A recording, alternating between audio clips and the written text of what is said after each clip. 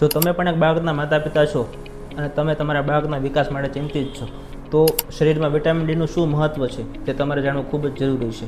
હું છું doctor Mitul Maniya, orthopaedic સર્જન, RTS diamond hospital Surat.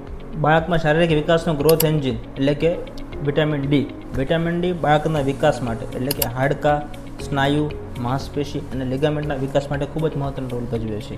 Vitamin ડીનો બીજો મુખ્ય રોલ છે ઇમ્યુનિટી એટલે કે રોગપ્રતિકારક શક્તિ. વિટામિન ડી ના હોવાના કારણે બાળકોમાં વધારે પડતા ઇન્ફેક્શન, મલેરિયા, ડેન્ગ્યુ જેવા ઇન્ફેક્શન થવાની સંભાવના ખૂબ વધારે હોય છે. જ્યારે વિટામિન ડી શરીરમાં પૂરતું હોય તો બાળકને કોઈપણ પ્રકારના ઇન્ફેક્શન થતા નથી, એટલે બાળક તમારું તંદુરસ્ત રહે છે અને હેલ્ધી ગ્રોથ કરે છે.